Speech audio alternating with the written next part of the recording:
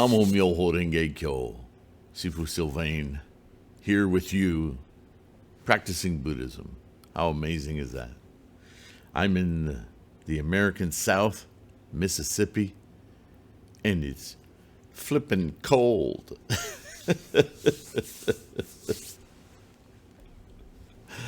All right, that's not interesting. What is interesting is Daimoku. And I am reading from a collection of Nichiren's writings, translations of his writings, in this book, Profound Meaning of the Daimoku, which I have available on lulu.com, mouth working. And it's by no means not all of the writings of Nichiren regarding the Daimoku, but it is a select few writings that are quite specific about the Daimoku and each character of the Daimoku. And I think that that's fascinating, not only because that's an early question of our practice, right? Anyone who begins practicing Nichiren's doctrine, what the hell is that? What is chanting? What does that mean? Why is it? Okay, I see the mandala, and down the center is the treasure tower. Namo Myoho Renge Kyo. What does it mean? What am I saying? Yeah, human beings. We're just so caught up in the thingness of everything. We have to define everything, identify everything. That's samsara. It's okay. That's what we've got to work with. But the interesting thing about these, or this collection at least, is that it becomes apparent as we read these writings that these aren't words. They're not, even if we identify their characters, those are just, they're symbolic. They're not symbols in the idea like a speed sign, a speed limit sign. They're symbols in that they are indicators, containers of thought, ideas that together contain the very essence of the Dharma being the experience, the full experience, unencumbered by influences and definitions, the full experience of the process of life. What's another name for that experience of the process of life in its entirety, unencumbered, unedited? Buddhahood. That's what we're trying to do. So it's really useful, even in just dialogue, not only for ourselves, but with one another, with people who are curious. First chant, experience that. Okay, what did we just do? What did I just say? What does that mean? Okay. It's your invocation of what you already know at such a profound level that all of the ifs, ands, buts, whats, who, why, where's, they're just wiped out of the way. It's the very instantiation of life itself. You are invoking that experience. You're just flipping the switch. You're opening the door. Whatever analogy you need to understand that within your sentient mind, not this organ, not that brain, not this foot, but in your existence, not as a thing, but as a mind, there are no limitations. There are no parameters. There are no colors, no sizes, no forms, no shapes. All of the forms, shapes, colors, that's all stuff to play with, to see, to observe. Observe what? Not those shapes, things, colors, and so on, but their manifestation. The activity, the momentum of instantiation of life. Is that making sense? That's Buddhaness.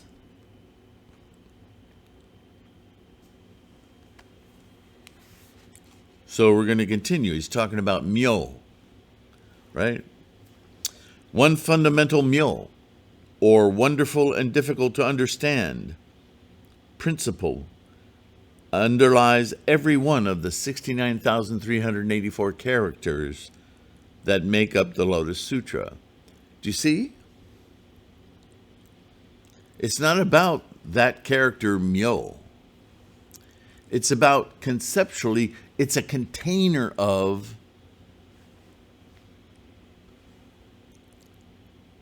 like binoculars or a microscope or a telescope. It doesn't give you new eyes. It enables your eyes to see differently. And every character, everything taught by Shakyamuni about Buddha or Buddhaness is another lens, another way to lead you to this experience, to coach you, guide you. And myo is the container we're all seeking, already have, but we need those lenses because we're in samsara, because all we see is stuff.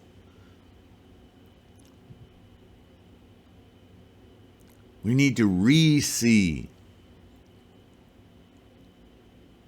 the stuffness, the suchness, the Buddhaness, the process constantly happening. So that way, every character in the Lotus Sutra has this myo in it, because that's where we're going. That's what we're wanting to experience, yeah?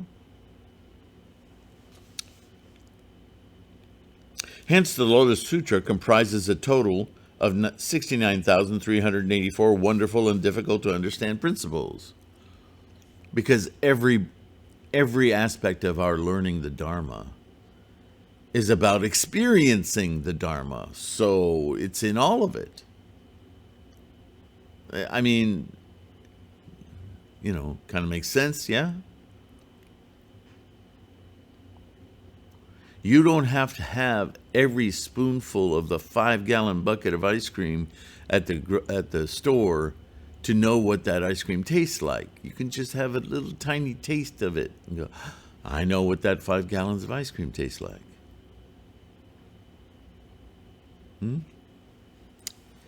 Myo in India is rendered as Sad, Sadharma Pundarika Sutram, Sadharma Pundarika Sutra. And in China, it's rendered as Miao. Myo means to be fully endowed, which in turn has the meaning of perfect and full. Each word and each character of the Lotus Sutra contains within it all the 69,384 characters that compose the sutra, because they all have the same intent. See, attitude and intent, it's constant throughout Buddhism. The minutiae of life is entertaining, it's distracting, but that's not the point. Cumulatively, there's meaning. There's an aim, a momentum toward.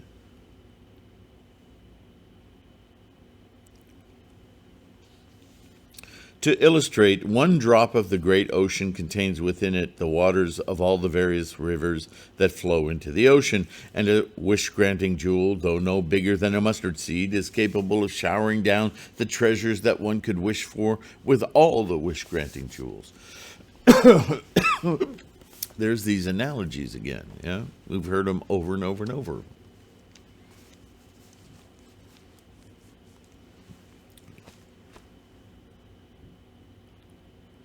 To give another analogy, plants and trees are withered and bare in autumn and winter, but when the sun of spring and summer shines on them, they put forth branches and leaves, and then flowers and fruit. Before the preaching of the Lotus Sutra, the people in the 9 worlds were like plants and trees in autumn and winter. But when the single character myo of the Lotus Sutra,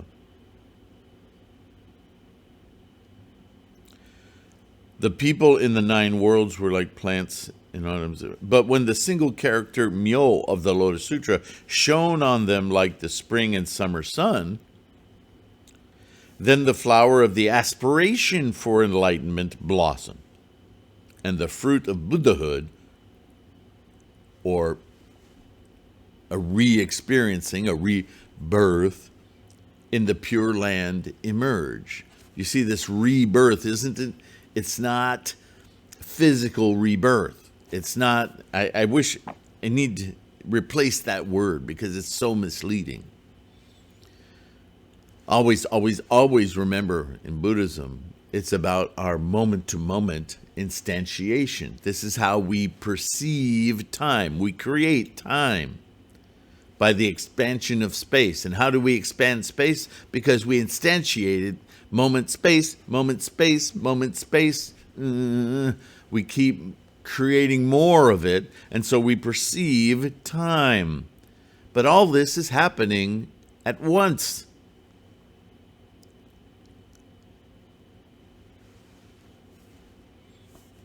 It's like Einstein said, people don't study this part of Einstein, but past, present, and future all happen at the same time.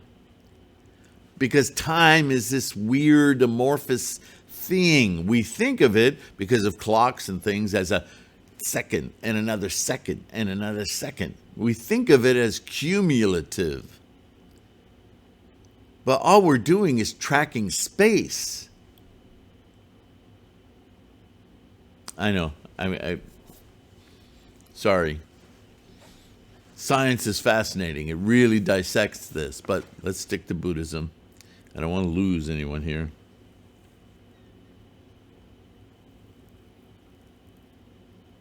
So what I was saying, rebirth. It's a new instantiation of the same thing. But because it's a new instantiation, momentum, moving, in a very real way, we are newly instantiating everything.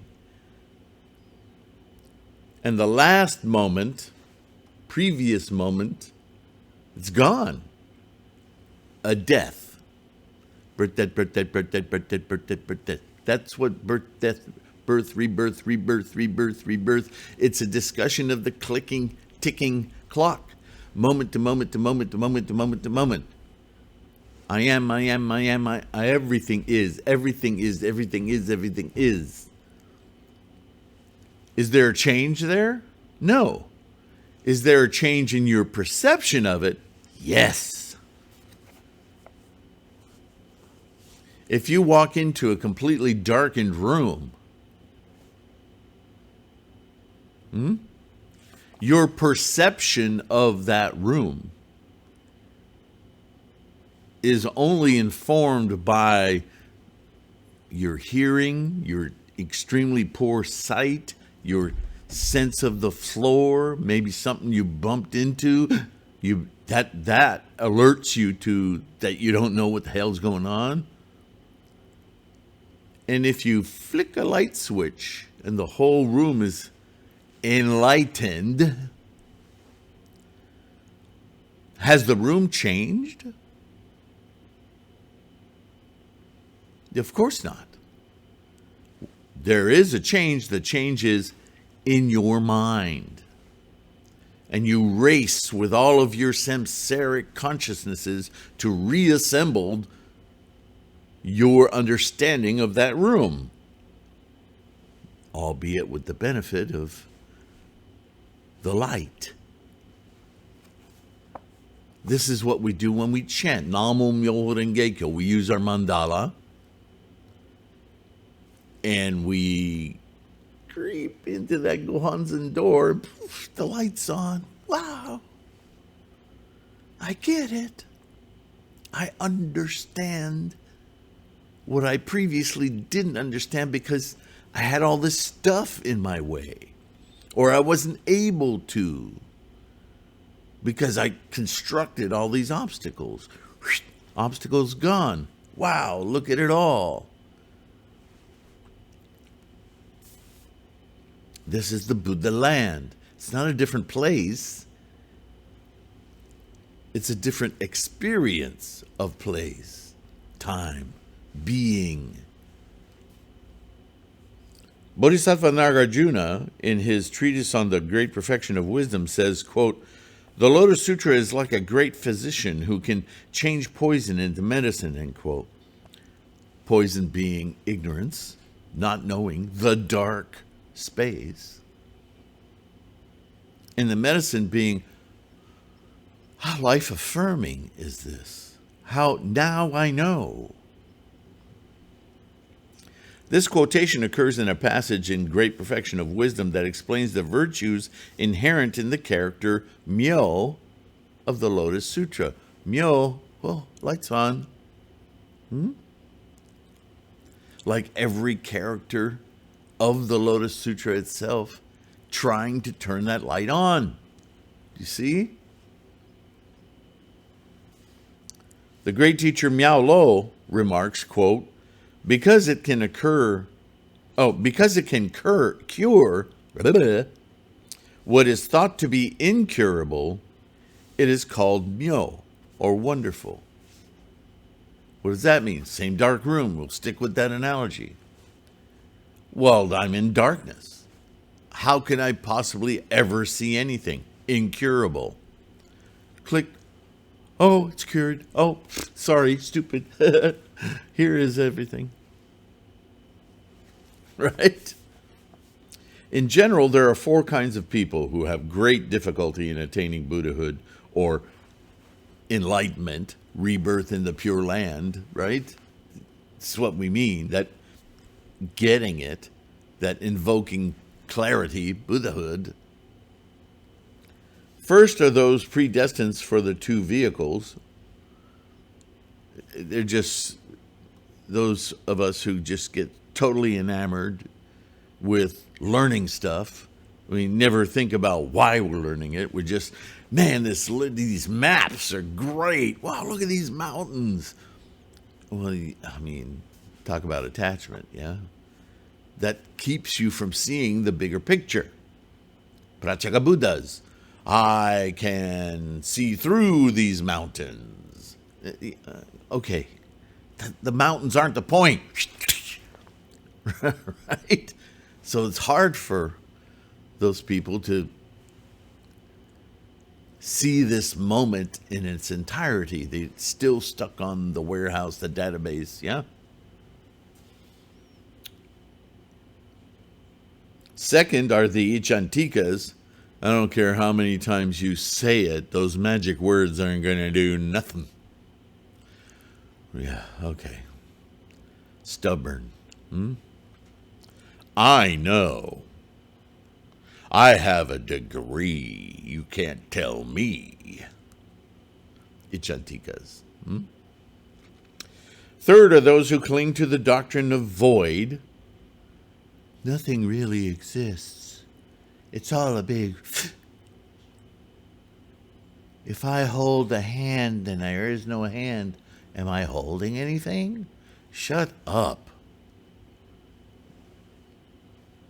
You know what I'm talking about. And fourth are those who slander the law. You guys think you're so superior. What a bunch of clowns you are. You might want to watch the causes you're making there for your own life. It's not about me. You're not slandering me. You're slandering your own Buddhahood. That's what that means, who slander the law. Because I'm trying to help you, and if you're belittling me or working against me, doesn't reflect on me.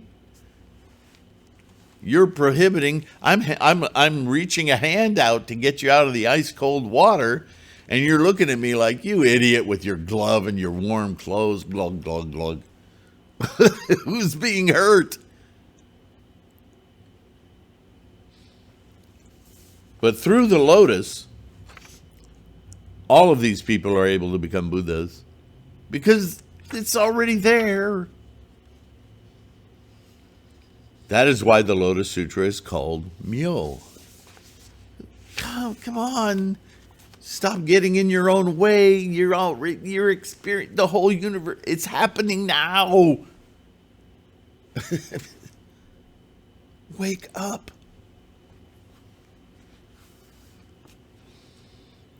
Devadatta was the eldest son of King Dronadana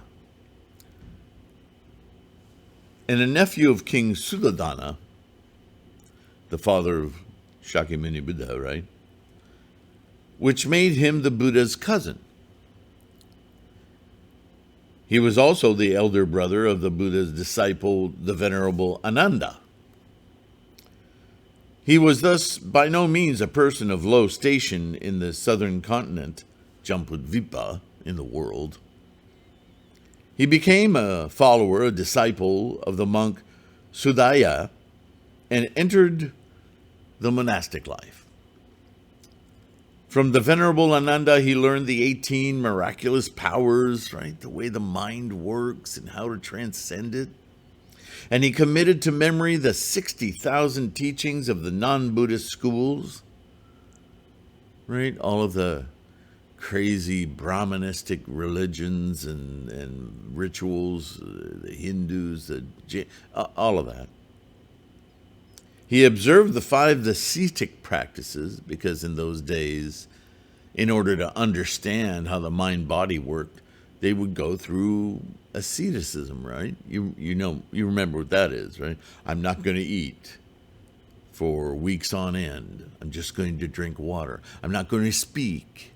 I'm not going to allow myself to see other people, or especially other sexes. I need to understand what it is to not experience those things that I take for granted as experiencing all the time, because they're not real, they're contrived, they're made in my mind. I need to understand how that works, right? So that's what asceticism is all about. Although in religion, asceticism is some kind of perverse self-punishment, like we're owed all those habits, those samsaric habits. Let it go. Well, only Buddhists think this way. And appeared almost more saintly than the Buddha himself, because, my God, the privations people would put themselves through made them look like they were different beings. I mean, Shakyamuni did it too, right? Which is why why he went back to that in the early teachings of Buddhism, because people needed to go through that. They just didn't get it. They had to go through these ascetic motions. That's how Shakyamuni got there, to break them free of their intense attachment to things. But, later as the capacity of human beings became more intuitive and understanding of those things, we don't need to do that anymore. Thinking to himself a leader like Shakyamuni, he dared to commit the crime of disrupting the Buddhist order by establishing his own ordination platform on Mount Gayasishra and inviting Shakyamuni's disciples over to his side. I'm going to compete with Buddha because now I have so much self-knowledge. See, this is the disease of the Hinayana. This is why so many years of Shakyamuni's teachings, after he started teaching and raising these people's capacity, when this happened, and some of these people thought, I got it. I'm a Buddha too. We're all Buddhas, so come follow me. I'll teach you how to do this. You don't eat for a month. You'll see. Right? The arrogance, the ego. he wasn't enlightened, but he'd accomplished a lot. But in the words of Shakyamuni, those who think they have achieved what they have not. We see it in the beginning of the Lotus Sutra, where the 8,000 arhats get up and go, okay, you go on, teach these idiots. We're out. We already know. We're out of here. Pfft, later. And Shakyamuni in the Lotus Sutra doesn't lift a finger. Says, okay, later. And later in the Lotus Sutra, he goes, even those guys in their arrogance, them walking out here, eventually, they'll get it. They'll attain full enlightenment. They haven't yet. They think they have, but they haven't. They're just in their own way. They've created a major obstacle because they're not growing anymore. But even then, the power of Buddhahood, the power that the universe keeps on going, it doesn't care if you think the solar system is all that exists. Okay, go ahead. Oh, the Milky Way, that's the only galaxy. Everything else is, just reflections. Okay. Sooner or later, you have to come to the truth, because the truth is the truth. Everything is. You want to deny it? Who are you hurting?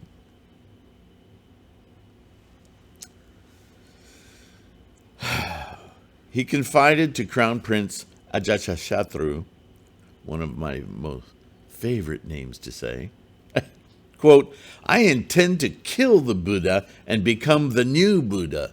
Now, if there wasn't a clue as to the arrogance and ego of this guy, what sentence could more encapsulate it than that? If you're truly enlightened, then why do you feel you have to annihilate someone who's enlightened so you can take over the position? It's ridiculous. But, history of mankind, it's still going on. Right? Saber rattling, we call it. Pounding the chest. I'm bigger. I'm more this than you are. It's just not even Buddhist. You must kill your father, the king Bimbisara, and become the new king in his place. So he equates his achievement of Buddhism to this king who he wants to, this prince, that he wants to be. There's that political motivation. There it is, very early on in Buddhism, yeah? I want power, and if I'm going to have power, then he must go. Hey, and you should do the same thing. Kill your father. Then you'll be the king, and both of us will rule. How pathetic. After Crown Prince Ajatashatru had, in fact, killed his father, he bought it. Devadatta kept watch on the Buddha's activities and with a large stone caused his blood to flow. He also struck and killed the nun Utpalavarna, who had reached the state of arhatness. She was on her way to Buddhahood. Thus he committed fully 3 of the cardinal sins. In addition, with the Venerable Kokalika as his disciple and King Ajatashatru as his patron, Devadatta began to attract followers from everywhere, until throughout the 5 regions of India, with its 16 great states, 500 middle-sized states, and 10,000 small states, every single person guilty of 1, 2, or 3 of the cardinal sins was a member of his group. Come on, mutts. We're all the same. We're all superior. Yeah. Greed, anger, stupidity. Familiar? Anyone? They gathered about him as the various rivers gather in the great ocean, or as plants and trees gather on a great mountain, as the wise gathered around about Shariputra, and those with transcendental powers flocked to another favorite of mine, Malgalyayana, so did evil persons throw in their lot with Devadatta. Everybody's taking sides. This was the period of Hinayana, where all these different sects decided they knew better than Shakyamuni. Yeah, the old man's still talking, but we know. As a result, the great earth, which is 168,000 yohanas thick and rests on a windy circle as hard as a diamond, nevertheless split open, plunging Devadatta alive into the great citadel of the hell of incessant suffering. His leading disciple Kokalika also fell into the hell alive, as did the Brahman's daughter Chincha, King Virudaka, and the monk Sunakashatra. Moreover, the people of India, with its 5 regions, 16 great states, 500 middle states, and 10,000 small states, all observed this.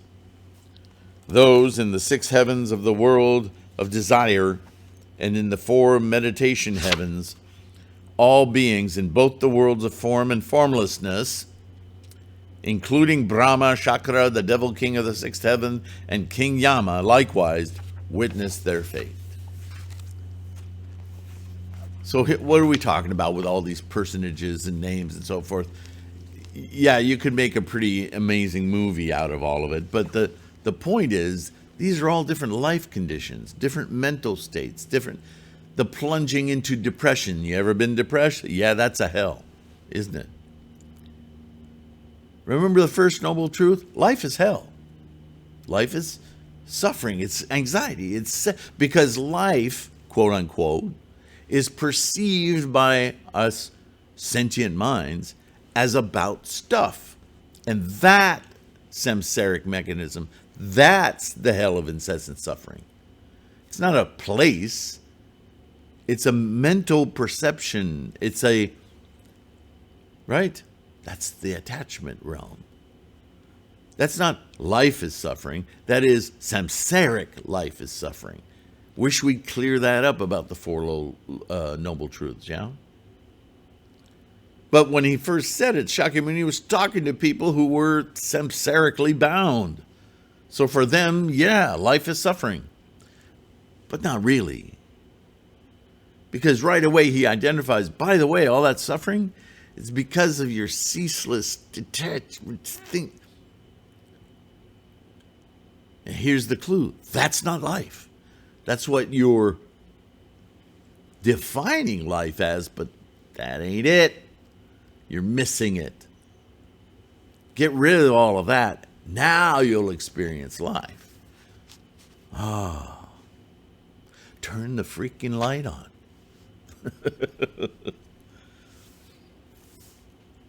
All right, that's a little over half an hour, so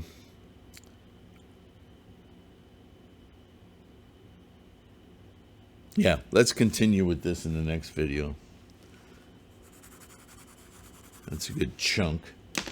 An interesting retelling of a story of facts that we've heard in bits and pieces in other places in other writings. Kind of nice to see this whole picture develop. And it's interesting, don't you think, that Nichiren is creating this diorama for us, this visual, this little 8mm movie, right? This story, in his attempt to get us to once again to understand the very core of what Shakyamuni was teaching as it's invoked in the Daimoku. That is the transition, the understanding, the peeling of the onion that defines, that gets us to the steps of learning and realization that bring us to the Goanzan, the Buddhaness, the big picture. In a way, it's constant repetition. It's just using different chunks of examples, history, folklore, all of it, it's all saying the same thing. This is happening. Just be in it. Stop creating obstacles. Stop getting hung up on things. It's not that those things don't exist. Just stop investing so much in them. Be with them. Be amazed by those things happening in your life. Those little snapshots. Wow. Right? Namo Myoho Renge Kyo. Thank you for being here. Please don't forget to like and subscribe. It helps to the algorithms. I say it all the time, right? The mysticism of YouTube.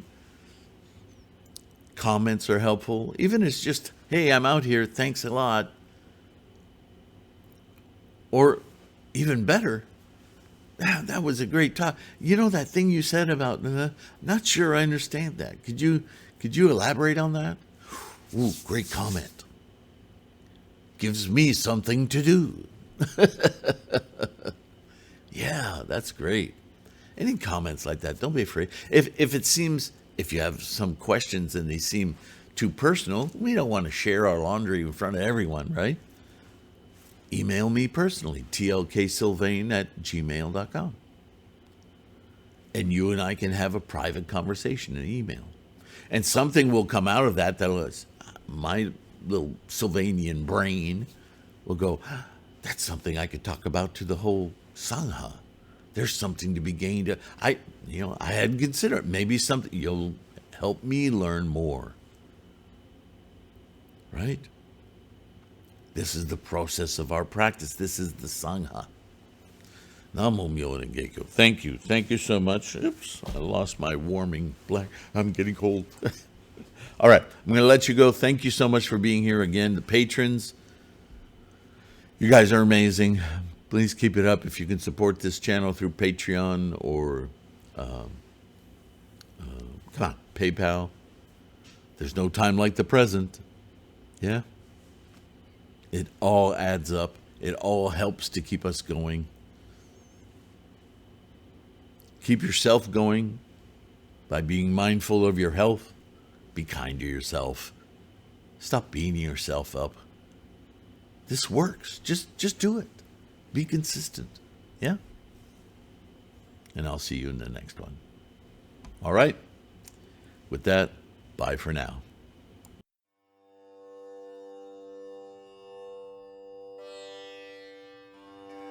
Myo.